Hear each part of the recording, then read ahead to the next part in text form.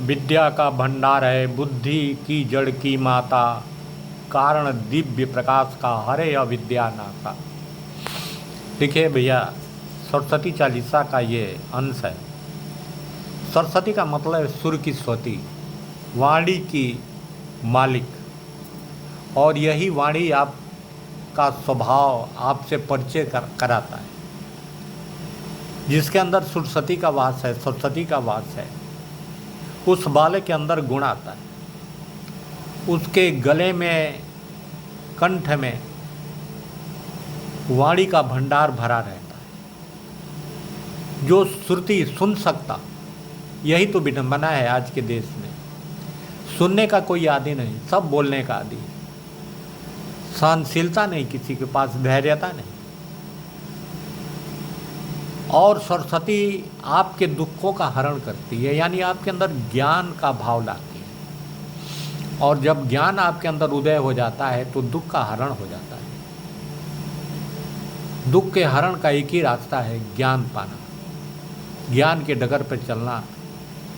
यही एक आदमी के अंदर सहारा है जो दुख को हरण कर लेगा, दुख दूर कर लेगा, वही सुख का भागी बनेगा।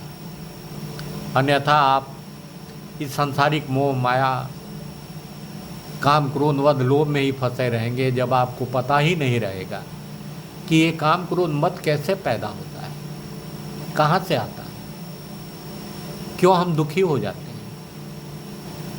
आपको सोचना चाहिए इस पर, क्यों हम बार बार दुखी होते हैं, कौन से कारण है, हमें दुख क्यों सताती है।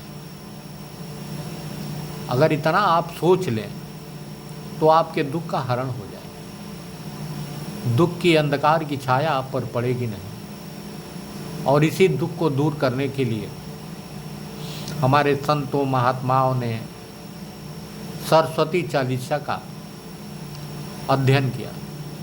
उसके हर 100 शब्द में उन्होंने प्रभाव डाला।